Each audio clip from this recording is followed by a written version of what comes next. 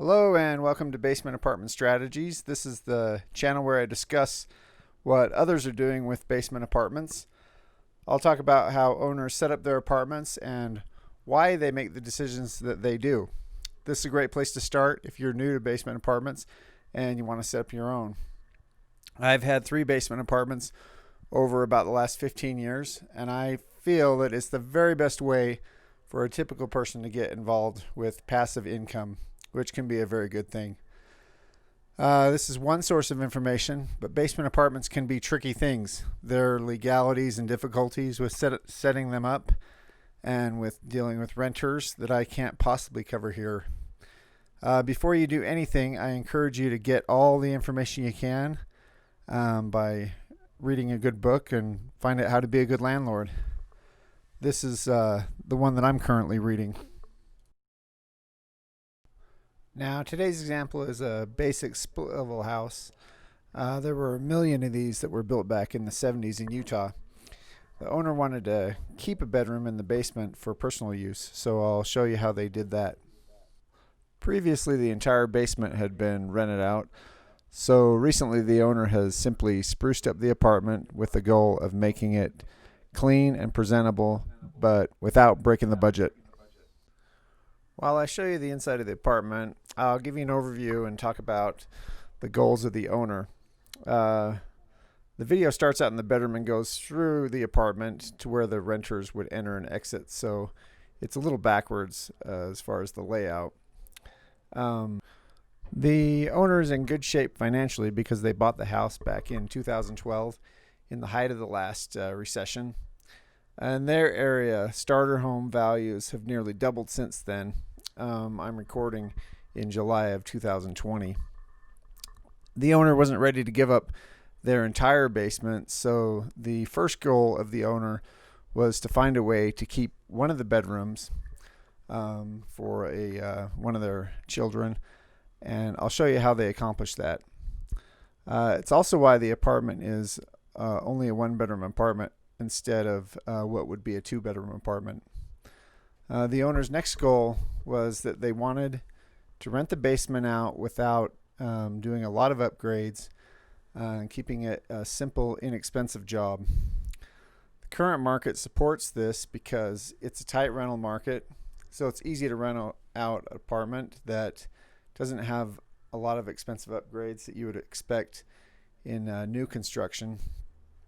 The owners have only been homeowners for under 10 years, and before that they rented for many years.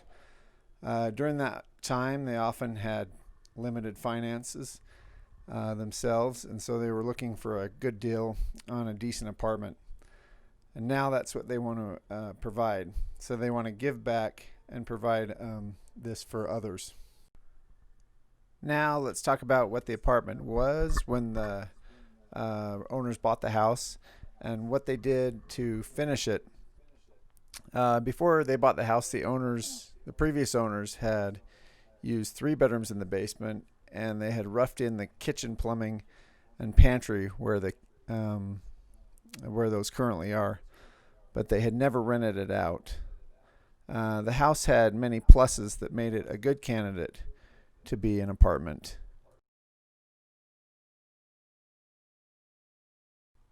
Now I'm going to tell you about the house as it was originally purchased 8 years ago, and talk about why it was such a good candidate to be a basement apartment.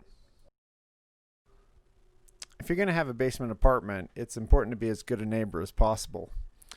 Off-street screen parking or areas with abundant on-street parking are good options. As you can see, this home has few neighbors and abundant available parking. The land on the right of the picture will never be developed, and the land on the left may be developed in the future, but currently isn't. The house has really only one neighbor and another which is across the street but down the road a bit. This really helps mitigate any potential conflict. Modifications that involve structural changes to your home are some of the most expensive upgrades in building a basement apartment. These owners here were fortunate to have a pre-existing walkout basement. The previously finished basement presents some pluses and some minuses. On the negative side, the basement styling is a little dated, and you can see signs of wear throughout. Caulking is a bit cracked, and there have been wall repairs that weren't done very well. Whoever originally finished the drywall in the basement was a bit sloppy, and some of the seams were so bad that the owner had to redo them. In addition, the kitchen is small, and the adjacent living room used to be used as a bedroom and is really small too. All of these spaces feel claustrophobic. The wall that between them really needs to be knocked out, but this would have required rebuilding the pantry for the kitchen and the closet for the bedroom, as well as putting in a beam because it's a bearing wall. Maybe that's a project for the future. Despite these limitations, there are still many people that are willing to overlook them and want to live here because the rental market is quite tight. The owners inherited a workable basement that was a little rough but could be easily repainted and rented out. And they saved a ton of money. If you don't count adding the washer and dryer to the house in the upstairs bathroom, which I'll show you next, the entire remodel came in at under $3,000, which is a fraction of starting with an unfinished basement. With previous renters, the homeowners had actually set up a couple of days a week where they would do laundry in the basement. As you can imagine, this created an awkward situation, and the owners hated it. With the upgrade, the owners put in a unit in their upstairs bathroom, which you can see.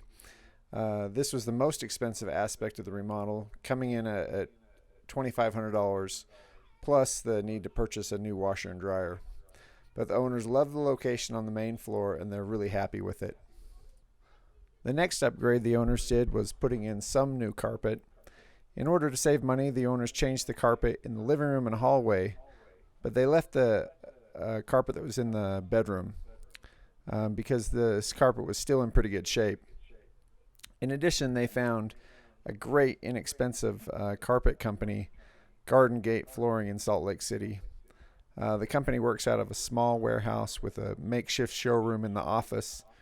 They offer a smaller selection than you would expect elsewhere, but have plenty of good choices that would work in a rental. I've used them a few times myself and have had a really good experience. I'm sure every city has such a company. They won't spend money on advertising, so you have to look for them. This pretty much holds true for a lot of trades. The homeowner had a tile installer recommend who did good quality work at a really good price. These types of tradesmen can always be found. As Brandon Turner of Bigger Pockets, a forum for apartment owners, says, the best three ways to find good tradesmen are personal recommendation, personal recommendation, personal recommendation. So ask around and keep asking. The owner in this situation wanted to keep one room in the basement as part of the main house. Splitting up a basement in this way can be a little awkward, and the owners did a few things to mitigate this. As you can see, the locked door on the right, which goes to the bedroom, has a bookshelf placed in front of it. A piece of furniture makes the permanently closed door a little less unsightly, as well as provides storage and a little sound buffering. The door on the left leads to the stairway and is also to be locked. In the stair landing, there was enough room to put in a new full-size door for use by the owner.